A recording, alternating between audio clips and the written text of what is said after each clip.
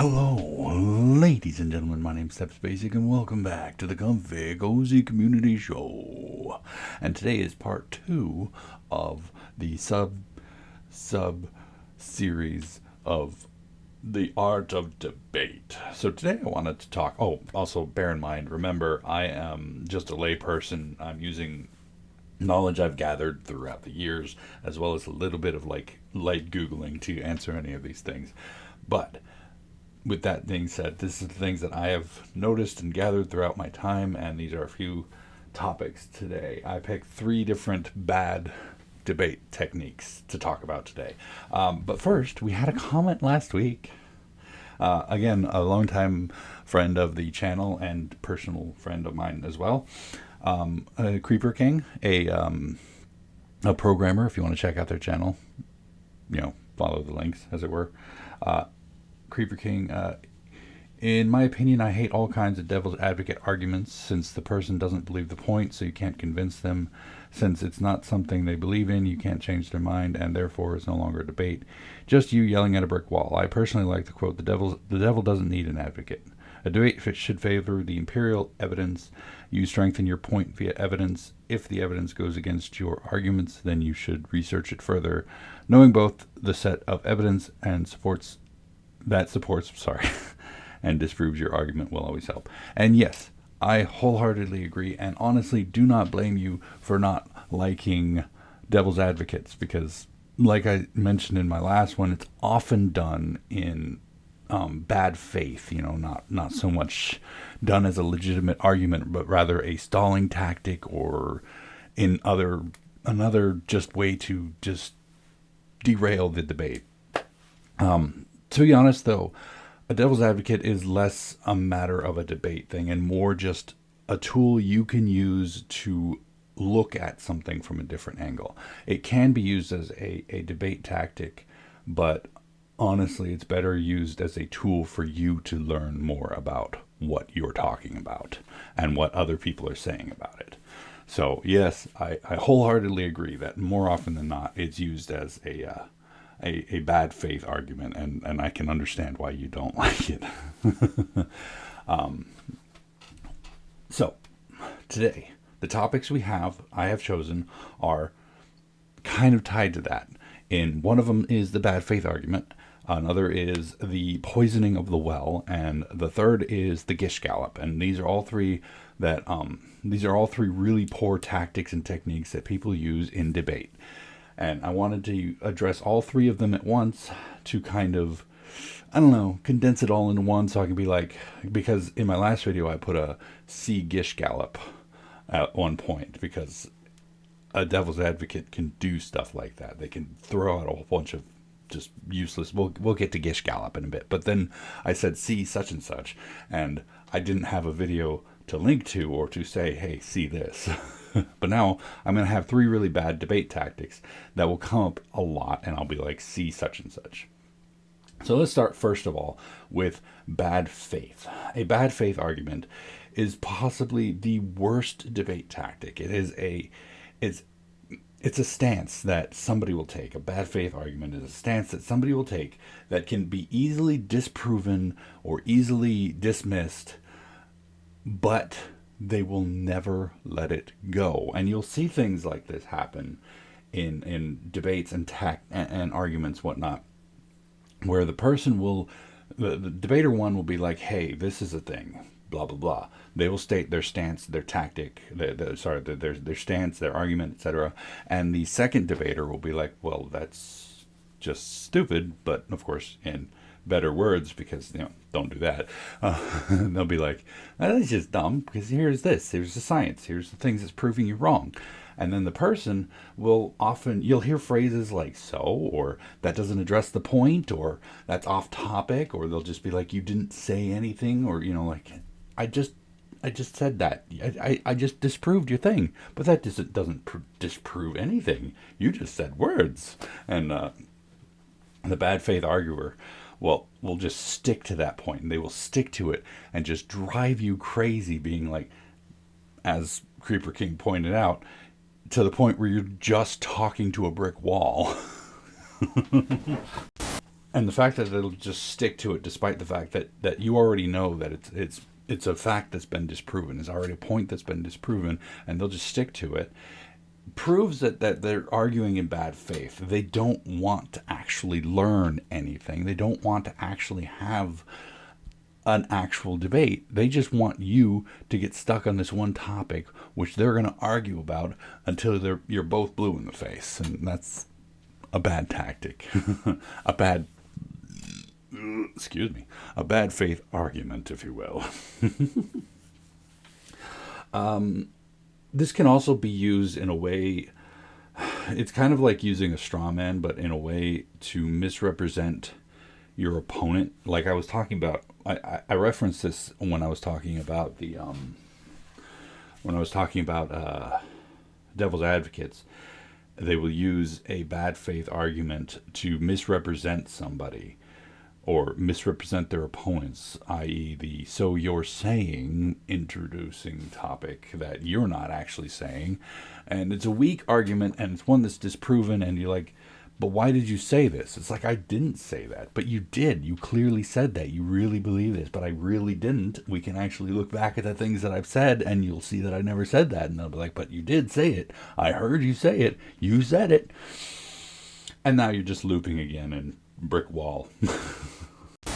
So let's move on from that one, because again, we're just going to get stuck in loops talking about the same thing over again. But let's talk about poisoning the well.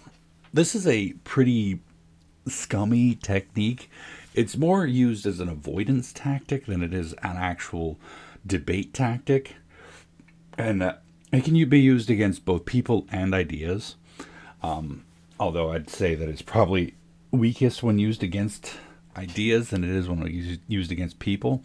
But it comes down to the guilt by association thing, where they say this person is bad, and therefore them saying this idea makes this idea bad. So therefore, discussing or even promoting this idea is bad because it comes from bad people. And this is I'm vague posting this, as it were, because it's a style that's used by both sides of political spectrum, both sides and everything in between on the political spectrum. So I can vague post this, and it will apply to both people, both groups, and that's what makes it better. Because anybody can use the idea of poisoning the well, being like, hey, bad people came up with this idea, so this idea is bad, instead of addressing the idea itself.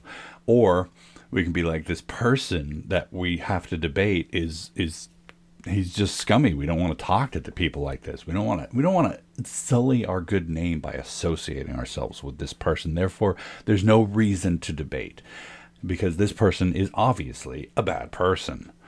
Insert whatever political stance you want to there. It works both ways. And unfortunately, poisoning the well is a common tactic, especially these days, where instead of actually listening to the arguments, we will just dismiss them immediately, being like, this is not a topic worth discussing, because of the people who support it, the people who talked about it, the people who bring it up are bad people. And therefore it becomes just a toxic cesspool of, like, we don't want to talk about this, so we're not going to. Or I don't want to debate, more likely, so we're not going to. Now, possibly, let's move on from that one now, moving on to the Gish Gallop. Now, this one, incidentally, was actually, I found out today, named after a fellow named Dwayne Gish, who was a young Earth creationist.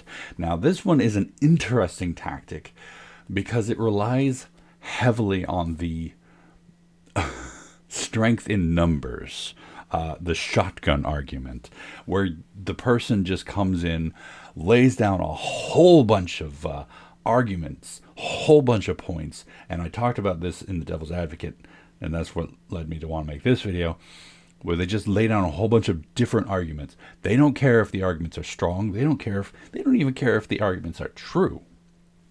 All they care about is coming in and laying down a whole bunch of covering fire, as it were. And this, like I said, is meant to overwhelm their opponent in the debate by just giving them a whole bunch of things that they need to discuss immediately. And of course, a smart person is going to look at this and be like, I know what you're doing. And what you're doing is just stupid. Don't do this. Come in here with a good argument. Pick 3 of these and strengthen them. Don't come in here with 500 different statements and have me clean them up. One of my favorite ways of describing this actually was a fire hose of poop. You know, a person can come in and lay down, cover up everything with just poop in a matter of seconds, but it's going to take you hours to clean that up. And this is a terrible debate style because it's not about debating. It's, again, just a stalling tactic. It's about delaying your opponent so that you don't have to actually debate anything. You come in here and say A is true, B is true, C is true, D is true because C is true, D, C, B, A, and then your opponent's like, what? And then, of course, you can be like, oh, you addressed A, B, and C, but you never addressed D. And then we go back to the bad faith argument where they get stuck on that one because you've already cleaned up everything. And they're like, you never addressed D. I did address D. Much like bad faith devil's advocates, this tactic is mostly used by bad debaters who just don't have a strong stance, or they don't even believe in what they're arguing. So they're just coming in to argue in bad faith. But yeah, those 3 are 3 of what I think are the worst bad debate tactics. There are obviously more, and I want to talk about logical fallacies at some point because those are an interesting topic. And how the reason why I don't lump those in as bad specifically bad debate tactics because some of them are useful as long as they don't create the fallacy. So we're going to talk about logical fallacies in another video, but these 3, bad faith, poisoning the well, and the Gish Gallop, I think are the 3 worst tactics for bad debaters. And it helps to identify them so you can call them out when you see them. And maybe if you like watching other debaters online, you might start to see these tactics or understand these tactics. You may see them in the people you like, or you may see them in the opponents that the people you like often engage with. There you go. But anyway, that was The Art of Debate Part 2, Bad Tactics. I think I'll call it that. That's a good one. Bad tactics. But yeah, there you go. There you have it. Thank you all so much. Wait. Question of the day. Who have you seen who uses any of these 3 tactics? Who do you think is a particularly bad actor when it comes to debates? Now, of course, keep it civil, because I know debates, especially political situations, can get out of hand, and I'm asking you to keep it civil. Do not yell at each other. Do not hate each other. Just state what you think you've seen, and I will address them in the next one. But anyway, apart from all that, that's going to be it for me for today. Thank you all so much for joining me for this episode of The Community Show. Hopefully you enjoyed it, and if you did, please poke that like button for me. If you'd like to see more from me, make sure to hit that subscribe button. And of course, as always, you're more than welcome to leave a comment in the comment section down below, and I'll get back to you as soon as I can, and when I can, if I can, all that jazz. And tune in next time as we talk about another topic another time. And until then, good night.